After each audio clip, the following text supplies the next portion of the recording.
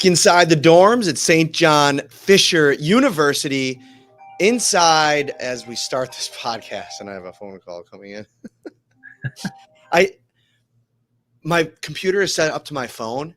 Have you had this yet with the MacBook, where you set your phone to it and then it rings on your computer? It's not great for this. No, I don't have the whole ring part of it. I do the text messages though; those will pop up on my screen. Yeah, I usually get those from my wife at about this time, but I think she's still working, so we might get out of any trouble there. All right, shout a Buffalo Bills football podcast. Sorry for the brief distraction, but man, do we got a fun show today, Ryan. We got a ton to get into from a jam-packed practice out here on the fields at St. John Fisher. We're headed to Orchard Park tomorrow for the return of the blue and red, which will be also another fun practice to cover. How are you, my friend? I am doing great. Excited to be at Highmark Stadium tomorrow night with you, covering that practice. I think the Bills fans are pretty excited too, Matt. This is like the first year where they had to release extra tickets because Bills fans, went through that first batch of tickets so quickly. So I think it's going to be a pretty packed stadium tomorrow night. Hi to Johnny Mack in the comments. One of our Caitlin just texted me. She's watching.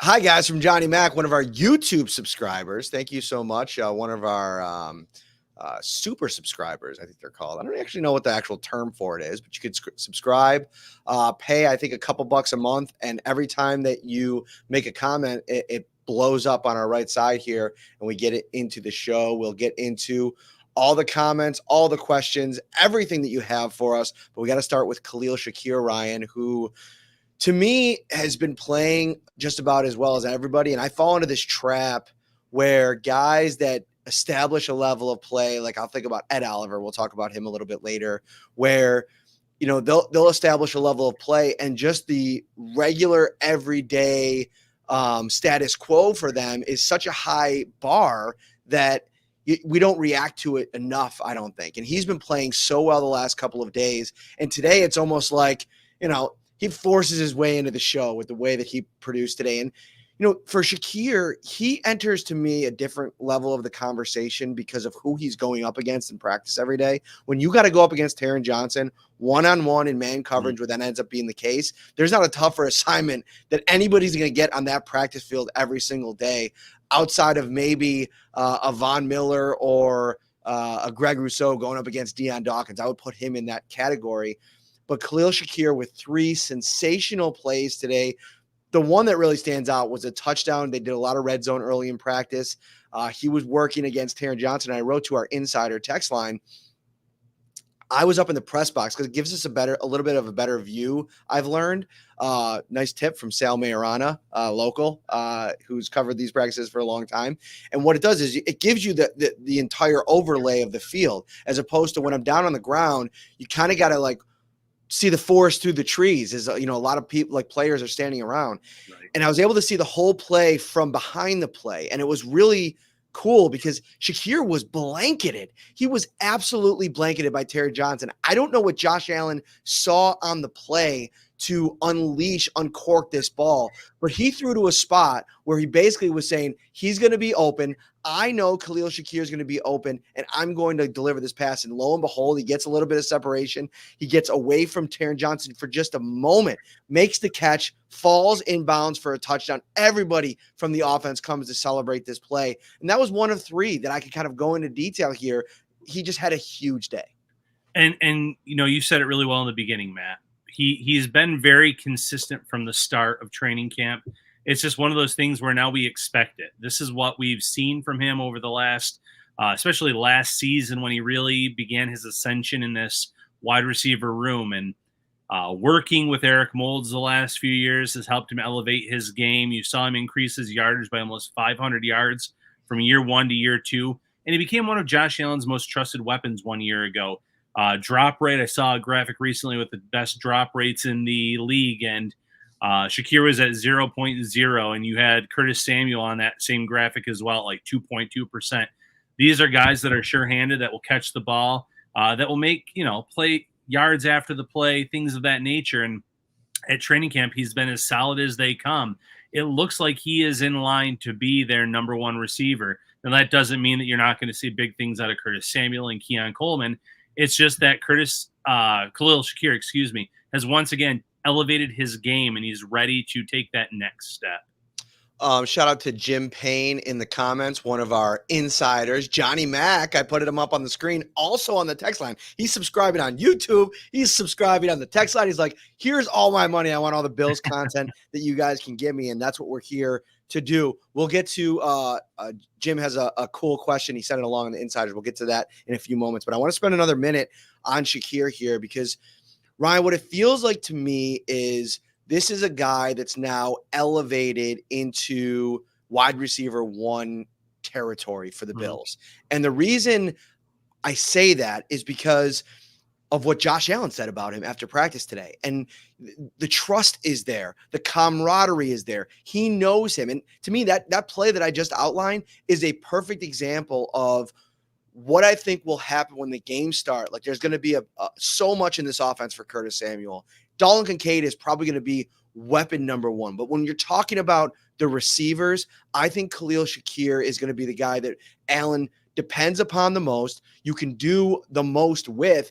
And I say that only because of the trust factor. And, I still think that's building with Coleman. I think it's taken a couple nice steps here early in training camp. Curtis Samuel still new to the offense as well. And they're going to be using him in so many different ways. And you think about putting him in the backfield and the package of plays for him there.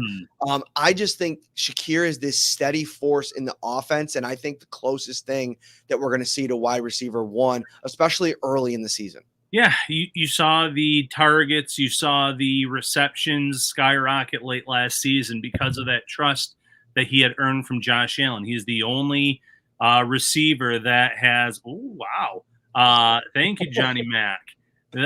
He's the only receiver that's returning back to this wide receiver room that, caught significant targets from Josh Allen 1 year ago. We know Dalton Kincaid's in for a big year. We know that Curtis Samuel can do a little bit of everything. Keon Coleman's had a great camp.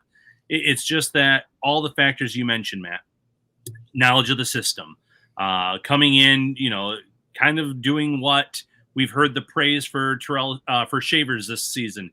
He's coming in for one of the first ones in, one of the last ones out, improving his game year after year. So Khalil Shakir in line for a big, big season. Johnny Mack gifted 5 Shout Buffalo Bills football podcast memberships on the YouTube channel. I don't know how we deliver those or if Johnny picks them out, but that is super cool. I want to give him a quick shout out. A bunch of people in the comments, Jim saying that he signed up for insiders during training camp. It's been absolutely worth it. So much great content.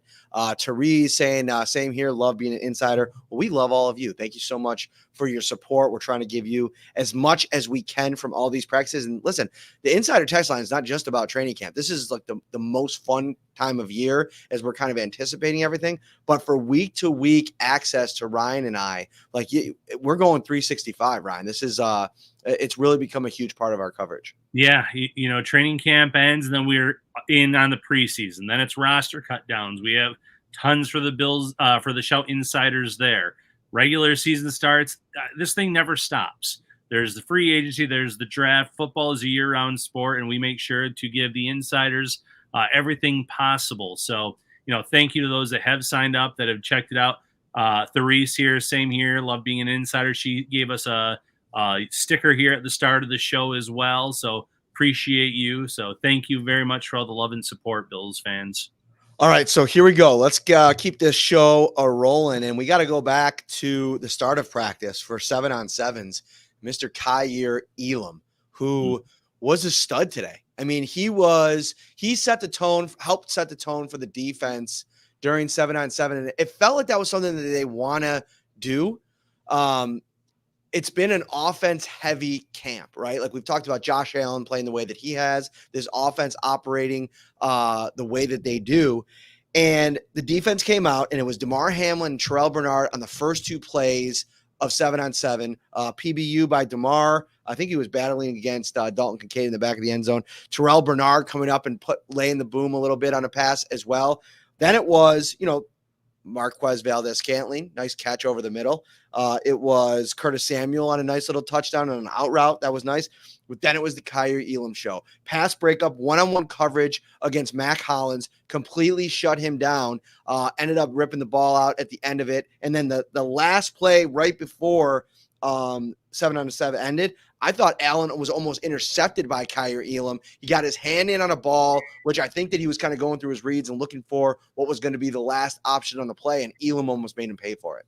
Yeah, this is not a bold proclamation, but this has been Kair Elum's best training camp by far. Not even, he's put these other camps well in the distance. He has been making plays daily, Matt. And, I go back to last year's trade deadline with a lot of people wondering, are the Bills going to maybe try to move Kair Elum? He's not a fit in this scheme, still a young player. What can you get for him?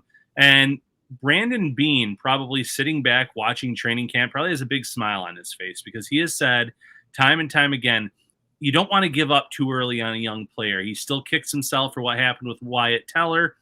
He wanted to see this through with Kair Elum. And so far at camp, daily plays, pass breakups, interceptions, near interceptions.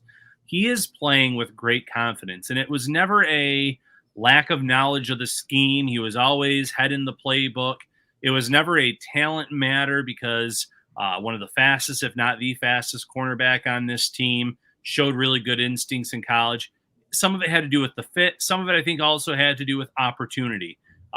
He got outplayed early on, and after that point, he was just kind of buried on this depth chart. And that can do things to you if you're not getting a lot of the reps that you need in a practice setting.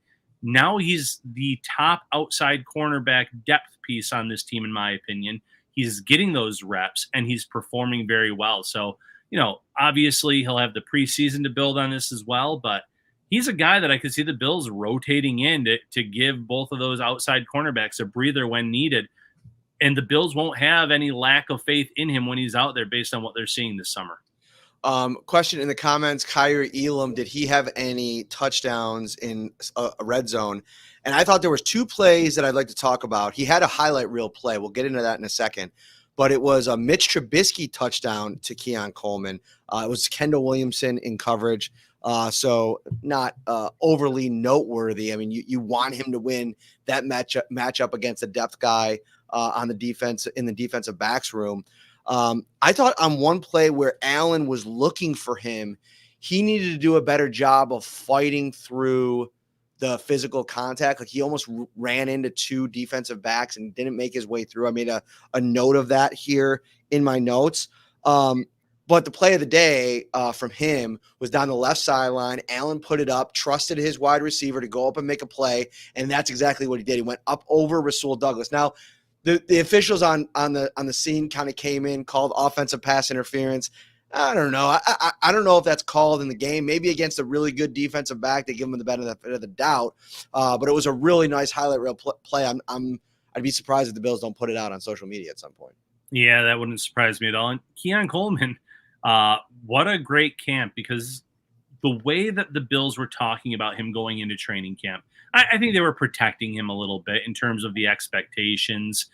Brandon Beane, Sean McDermott, but he's performed every day. It feels like almost every single day, Matt, the highlight that the Bills share on social media has involved Keon Coleman. And it's not just them pumping out any content possible. It's touchdowns, it's great sideline catches.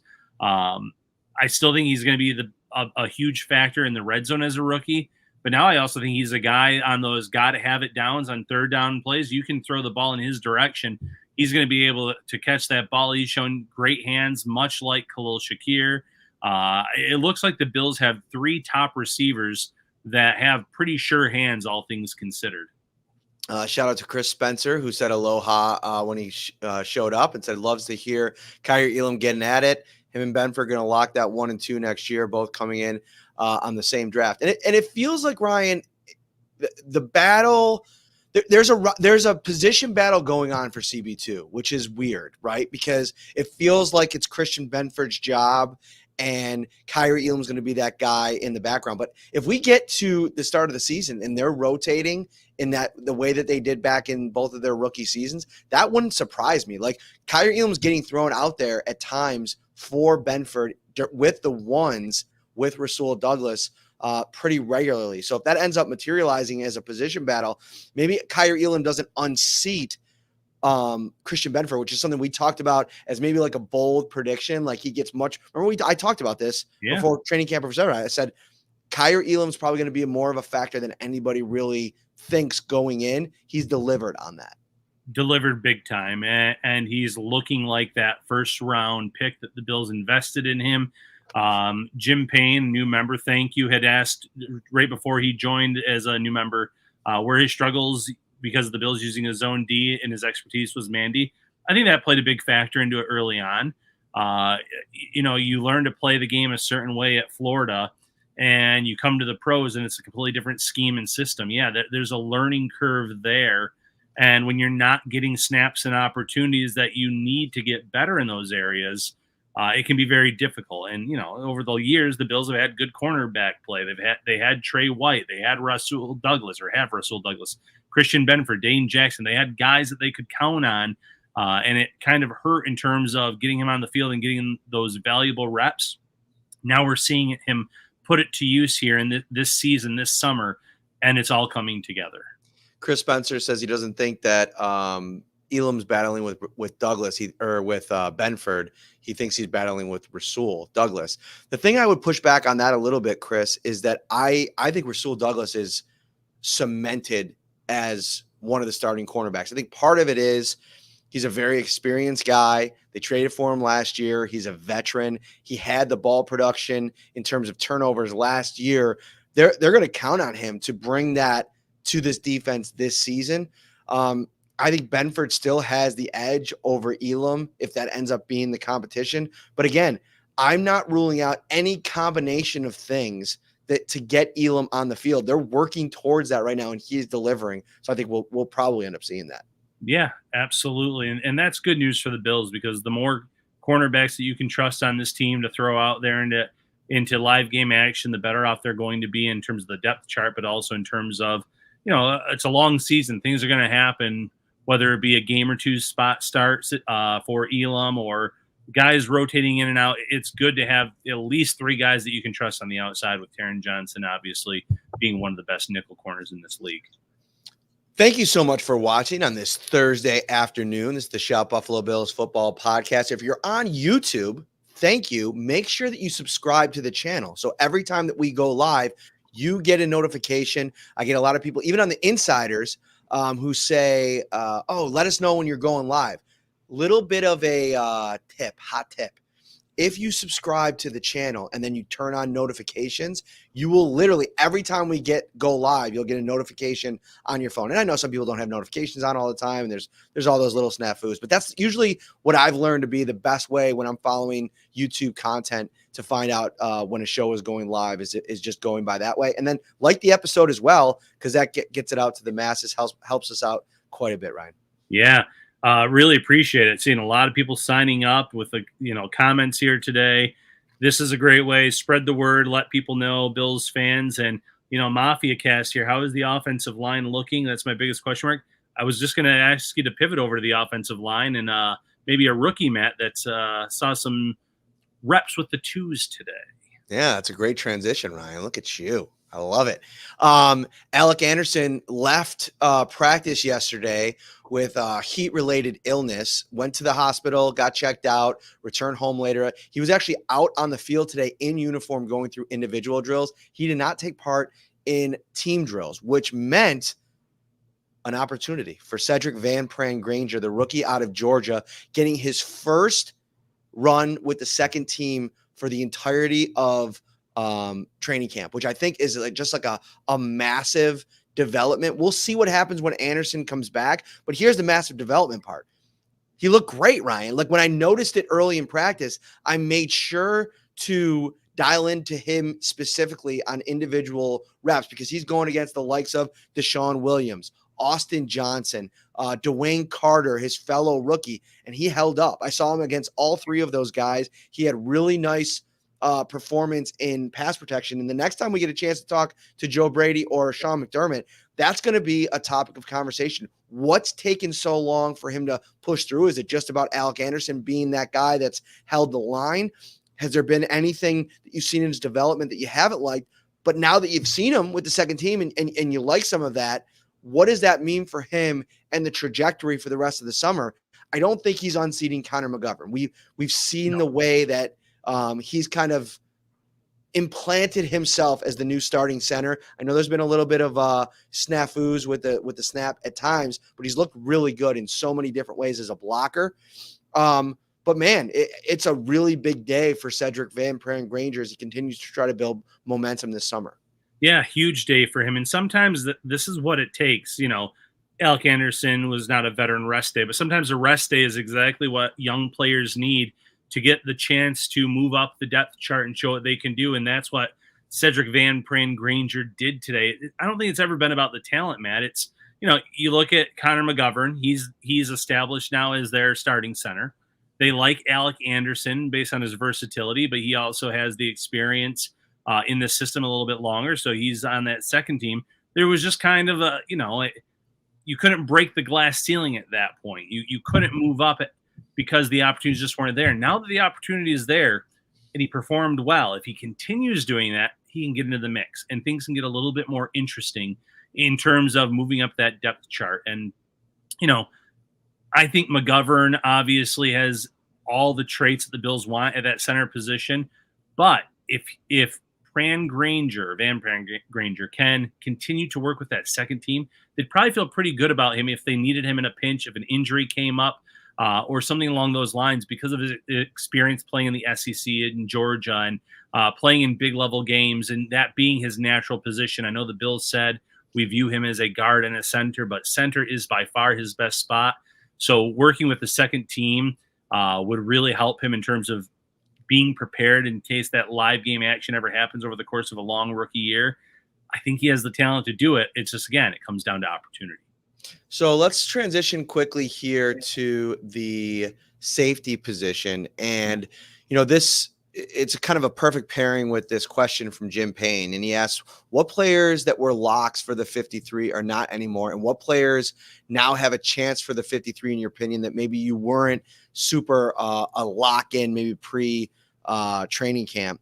I wanted to start with Damar Hamlin because I was so lukewarm on the idea of him making a run at a roster spot after they brought in Mike Edwards, after they drafted Cole Bishop. And I'm talking about back around the draft time.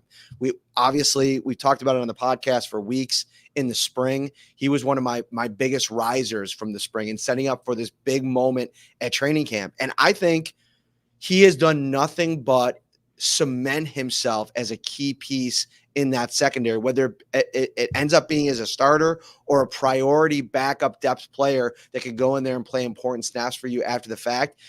They're counting on him. Tyler Rapp talked about him today and how impressed he's been with him. I think he's worked with Damar Hamlin more than anybody else throughout the summer since training camp started. Because of the injuries to Edwards and Cole Bishop. Bishop didn't practice today. He's listed as week to week by the Bills, which I think is a good development. He was out of practice today. He didn't have the wrap on. But you look at Hamlin, beyond him, D. Delaney and Kendall or Kareem Jackson were running with the third team defense today, Ryan. So they have a lot of ground to make up. Kareem Jackson and then Terrell Burgess, who the Bills signed yesterday, he was out there in uniform, but he didn't participate yet. He's still kind of getting up to speed. So when it comes to the safety position, Cam Lewis was out there with the twos along with Kendall Williamson. And I think, he's a guy that's going to pivot back specifically to the safety position as they work through these injuries. Yeah, when these injuries pop up the way that they have, Cam Lewis is a jack of all trades, but you pivot him over to safety because it's a need. Kareem Jackson has a ton of experience in this league, but he is in his mid to late 30s at this point. You don't know what you're going to get out of him. You just mentioned that they're getting guys up to speed. So, yeah, Cam Lewis can play safety for you, and you want him in the mix there. But Damar Hamlin, you're right. He is that player that I think can be someone that can be considered a lock now. Tyrell Shavers, I'm not going to put him in the lock status yet, Matt, but he definitely has a chance for the 53 to answer Jim's question. Guys that, I wasn't necessarily in on at the start of camp. I needed to see stuff from him, how he performed before moving in that direction. Maybe guys that were locks, and I use lock loosely because even in my 53-man roster projection, I mentioned Lyle Collins had to show that he could play well this summer to earn a roster spot. He struggled at times. He exited today's practice as well. So he's a guy that I think is not someone I would put his name in Sharpie right now. Zach Davidson's a player that I would have in the mix, although Quentin Morris has also stepped up. So in the mix, he's definitely in the mix. He's definitely inserted himself into the conversation. So I agree with that. The problem is, it doesn't seem like he could supplant Morris, especially in the special teams area, and he's not pushing over him in team drills. I will say, though, Quentin Morris had one where he dropped today. It was a Josh Allen throw. So those are the ones you want to make sure that you grab. It was like the side of the end zone. Mm-hmm. And then he had a nice touchdown in team drills as well. Might have been from Trubisky. So he's still, he's producing as well, even in the offensive portion. You just got to, we always talk about it, that special teams part. Yeah, special teams part is what really favors Quentin Morris, but I think he's a priority practice squad player, someone that they would try to get on first, maybe among all the players that they have to cut at the end of the day. And if an injury were to pop up, they would elevate him without hesitation based on how he's performed. And over here on the side, I just see the chat blowing up. Jim Payne gifted out 5 podcast memberships, and I see people thanking them. So they do give them out, it seems like, man. It's not something that we have to worry about, like figuring out who to give it to. Red, White, and Bills, congrats on getting the membership. I don't know if you were in here. We talked about your guys, Cedric Van Pran Granger, moving on up a little bit today. That's what you were talking about in a previous show. Michael, do you think Justin Shorter is a lock? No, I don't. Yeah, we're going to just say, I'd go the opposite, where I'm to the point now where I don't think he's going to make the team. And the conversation around Shorter and Shavers is really interesting because Shavers has done all of this work to put himself in this conversation and now be like a real threat at guys like Marquez Valdez-Scantling. And because that's my vote for the biggest faller, if you will, in terms of stock at this point. Now, I think his stock could fall throughout training camp, and he still ends up with a spot on this roster because of the contract, because of the history, because of the experience. All those things factor in here. People taking a run at my bare walls in my dorm room. What am I supposed to decorate this guy? The thing with Shorter is there was questions about him. There's a reason he fell to the 5th round. And I think that the Bills know they can get him back on the practice squad. And that part of it might be over for Shavers. I don't know if you can get Shavers to the practice squad. I think if you release him, some team is going to try to pick him up, some team that wants to add at the wide receiver position. So I think where I'm at with the receivers at this stage is the Bills end up keeping 6 and then figuring things out from an injury perspective, or just rolling with 6. Like, there's been years where they've kept 7. It's not out of the realm of possibility that they can go 6. But Shavers is putting all the pressure on Brandon Beane because I do think that Mac Hollins, Keon, Khalil Shakir, and Curtis Samuel are locks. MVS is in his own tier, and I think Shavers is making a real run at this thing. Yeah, I think Shavers is definitely in it, maybe even in the lead. Chase Claypool, obviously out right now, hadn't necessarily done much before that point either. So this will really help in terms of these opportunities, and every day he's making plays. He's making the most of this. Tomorrow at the stadium, it's another opportunity for a guy like Shavers to show that he belongs on this roster. And he says that he believes it.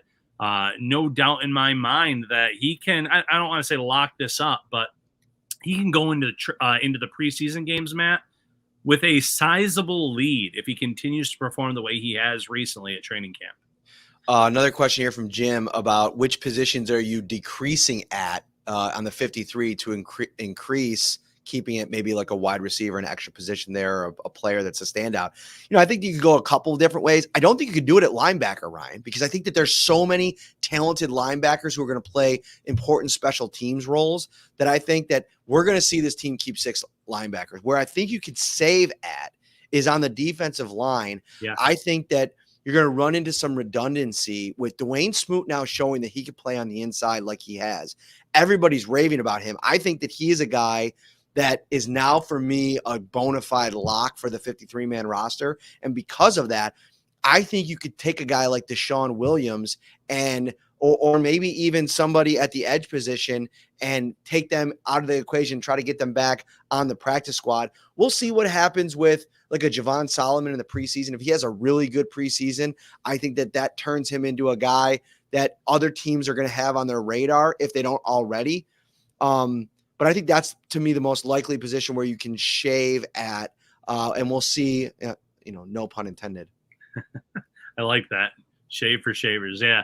I agree. It's probably the edge rusher position. You can kind of cut someone off there, or the defensive tackle position, someone at the bottom there, because they do have some players with some versatility. They do have Smoot who can play both spots.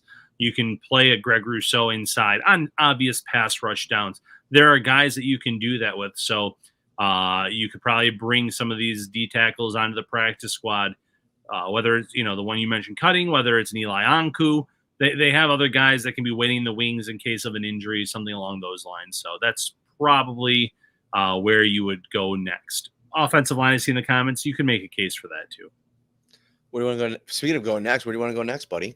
Ed Oliver, continuing his hot summer of dominance.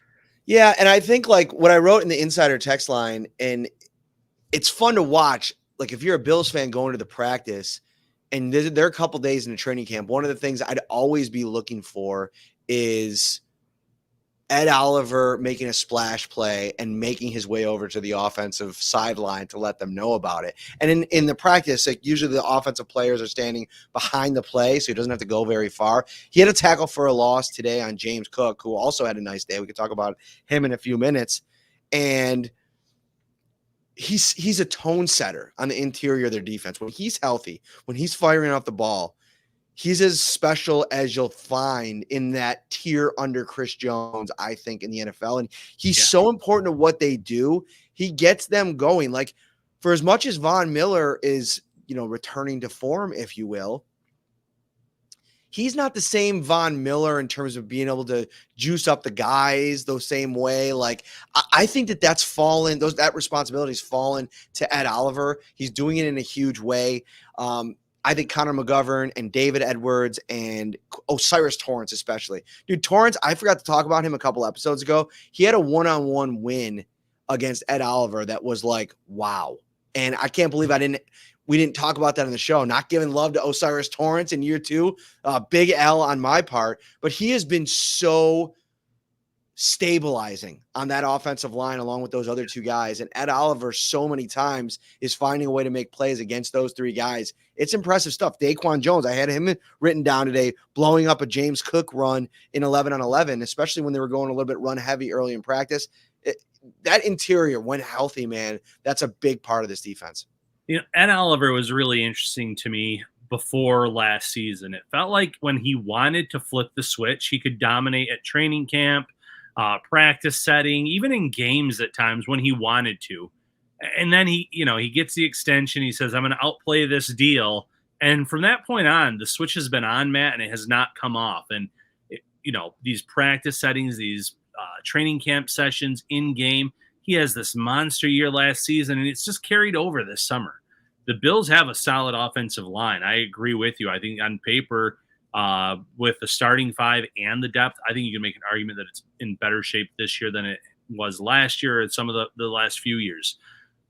He is just able to dominate, though, at any given time with his pass rush arsenal, with his strength, with his, he can do a little bit of everything. And I remember when the Bills drafted him, it was the undersized argument. Can he do this? He can do this at a high level. And we've seen it now for well over one calendar year where something just clicked and there's been no looking back. There hasn't been. Where do you want to go next? Well, let's go to someone that has had his moments in terms of having the light switch on, but had some injuries throughout his career. Balin Spector at linebacker, Matt. Balin Spector. I know that's not how you say it, but for whatever reason, I like saying it Balin. It gets the people going, I think. But he had himself a day. I mentioned the 7-on-7 tone setters on defense. In 11-on-11, he really tried to set the tone today. It was a short pass over the middle to Trey McKitty, and Balin Spector came flying into the play and just outmuscled the guy, created the forced fumble. The Bills recovered it. Actually, it might not have even been a forced fumble. Now that I'm remembering it, he popped it out, and I think that it landed in another offensive player's hands, and then he tipped it, and then I think Corey Couch came in and picked it off. So it was really an impressive play, and I think Spector's just been flying around. Like, he's looked the part. The problem now for Spector, and like I mentioned at the top, you have Deion Jones, you have Nick Morrow, who both got a segment of a period with the first team defense. And I think it's the same thing with Kair Elum. They're just giving a couple guys a quick look to see what it looks like. If they're playing there, and then you have Edifwan Ulofoshio playing the way that he has, and Dorian Williams, who I think is now locked in as that number one linebacker off the bench, where does Balin Spector fit into this whole picture? And he's a guy that they really like. But I think because of the availability issues, you might be able to get him on the practice squad. You might. And, to answer that question, of the names you mentioned, I guess maybe Morrow would be the guy, the odd man out, but it's the availability for me, Matt. We have not seen it consistently enough for Spector. I hope he stays healthy all preseason, shows out, forces the Bills' hand to either, put me on your 53 or someone's going to claim me after the type of 3-game stretch that I had over this preseason, because the talent is there. There was a reason he got some reps with the starters last season in that competition. It was just a one-time deal, and we never saw him again in terms of that spot. But it's not a talent issue with Balin Spector. It's the availability. It's the injuries. So here's hoping that this is the summer where he stays healthy this entire stretch and really makes it tough for Brandon Beane at the end of the day to figure out the best 53. I hate to break hearts. Sandra over on Facebook asking how many cats did I get my daughter, my son. We ended up with 0. I pulled the plug on that. I think in the moment I was feeling a lot of pressure. I wanted to do something special, but listen, we're just not there yet, Ryan. I'm just not there yet. I'm not a cat guy. I got to work myself into a real frenzy to get there, and I'm just not there yet. I hate to break some hearts. I hope my son doesn't see this because we didn't tell him that we were even considering it. But listen, I don't know, man. Like, I don't want a cat. I just really don't want a cat. Like, that's what I keep coming back to. And, I still was willing to swallow it and just go do it for my son and for my wife who wants one. But I don't know. I can't do it. I'm not there yet. First away game this season. I'm guessing the Parrinos have a cat when you get home. No, I get it. I was never a cat person. Big time cat guy now because of midnight. That's where your gash came from? It wasn't his fault. He was slipping off the bed. He was just grabbing onto anything. But I mean, they're so independent. You'll go hours without seeing them, and they just pop up, and then they're cool. They're all on your lap and things like that. I know Mac Hollins with the steal your soul thing. They're just a very chill animal and easy to take care of.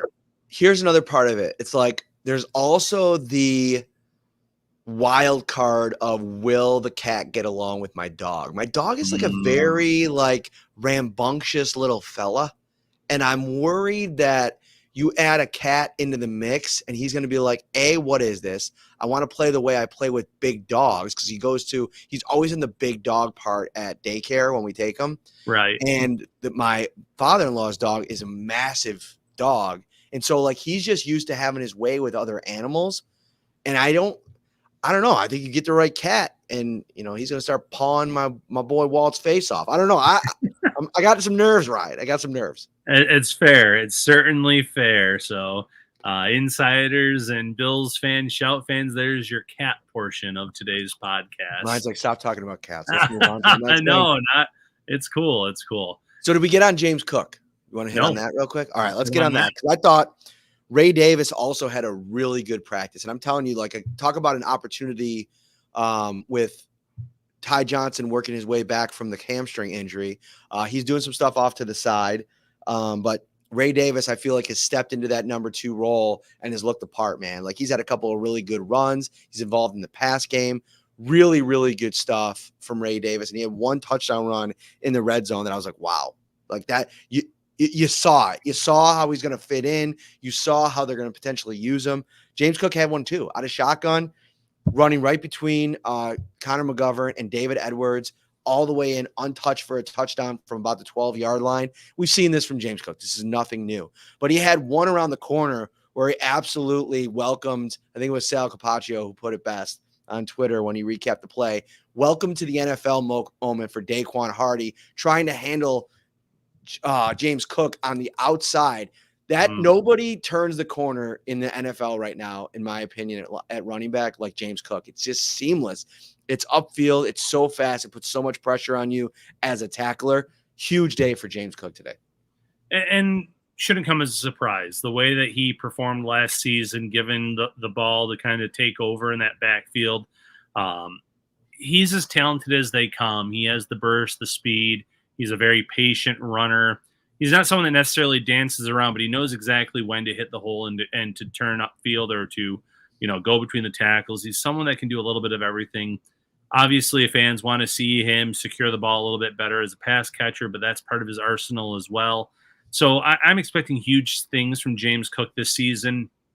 Ray Davis making the most of the opportunity presented to him right now in terms of that running back 2 competition. He's been solid. I go back to the embedded episode on the draft where they were discussing Davis and Van Pran Granger.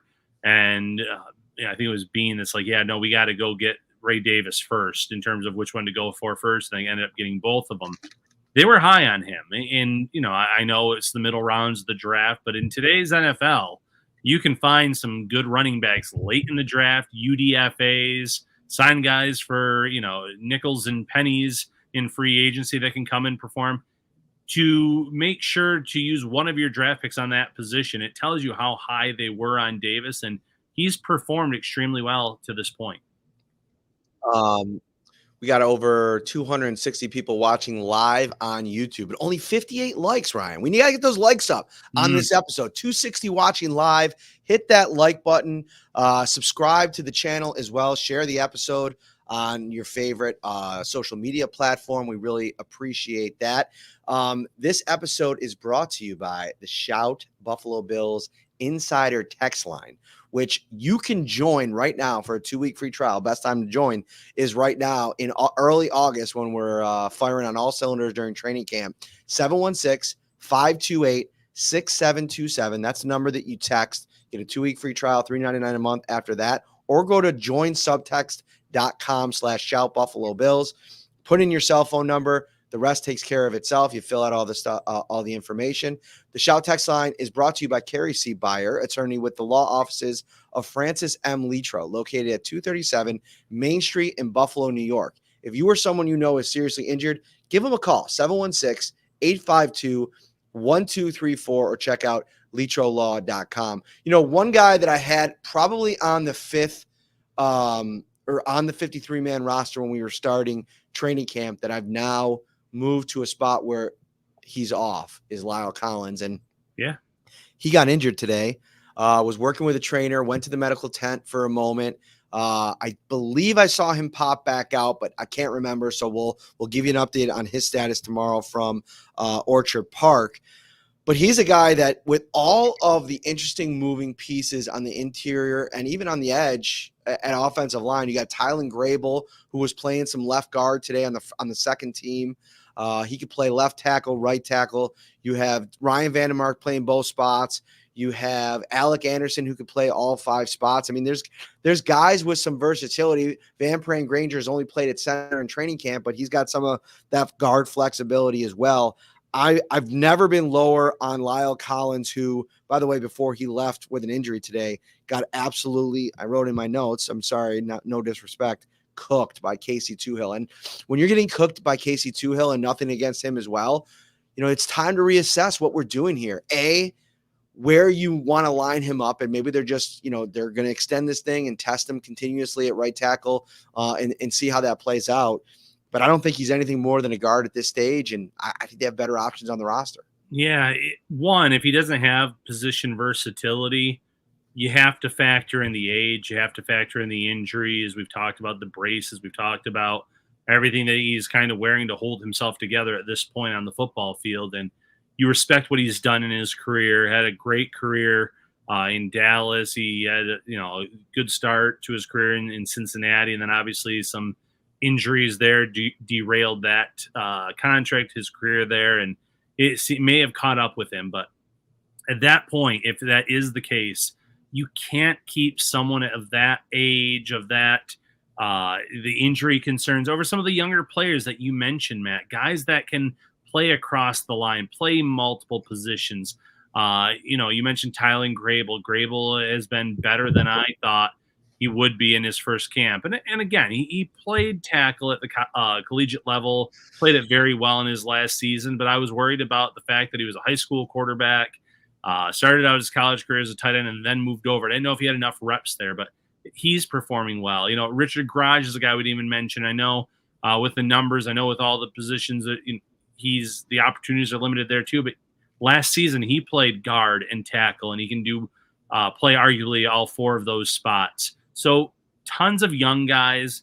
We know the track record of Aaron Cromer. This is not a offensive line coach that needs to bring in veterans to boost up his unit. He gets the most out of his guys, his young guys. And I think you have to lean with young players with more upside versatility than stick with a player like Collins unless something really switches and changes in these next few weeks.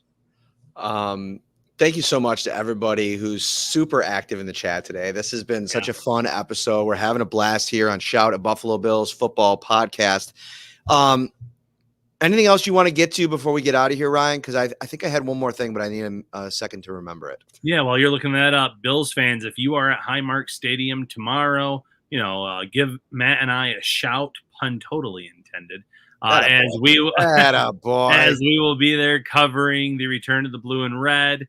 As long as the weather's fine, Matt and I generally handle that on the sidelines, at least for a portion of the practice. So we'll be around. We'll be there with a live episode of Shout as well following the practice. Sunday, do not forget. I saw someone ask in the comments after the later practice on Sunday, 11:45 start time. Matt and I will then head right over to Dorado, where we'll be holding a live episode of Shout. You can get some great Mexican foods, some great drink specials, and then our friends from Wingnuts will also be there with more chicken wings than you can imagine. After selling out last year, they're making sure that doesn't happen again, or they're at least challenging you to make them sell out. So come join us for some great food, some great Bills talk. We'll probably break down a little bit more of that, the blue and red practice. We'll talk about what happened at Sunday's practice, and we'll start turning our attention a little bit to the preseason, which is going to be here before you know it, man. We have a live game tonight that you can watch. Obviously not Bills related, but the NFL is back. Tons of preseason in front of us. So stay locked in, Bills fans. I'm trying to think. I think Bills training camp on Sunday is closed to the public. I thought it was Monday of the following. Was it Monday? I could be wrong, though. Oh, boy, Talbot. Let me see here. Got a lot of cat feedback on social media, by the way. Some great stuff. One of my favorites over on X, Daryl F29, shared a nice video about a cat doing some naughty things in a living room. I'm right there with you, man. I can't subscribe to this. All right, Bills training camp. I want to bring this to people before we Monday, August 5th, closed to the public. There it is. All right, so Sunday's open. So we'll have plenty of fun things to bring to that post-practice episode of Shout. We cannot wait. Come out, Dorado, Park Avenue, downtown Rochester. We can't wait. We're at 50 minutes. We're going to close this thing down right now. Head over to the Insider text line. I'll have more throughout the afternoon. My post-practice observations will be up sometime around 5 p.m. Thank you so much for watching, everybody. This has been such a fun episode, such a fun week here to start training camp. We got one more to go. We're a little bit over the halfway point. We're going to close this thing down in style. For Ryan Talbot, I'm Matt Parrino. See you tomorrow at the stadium.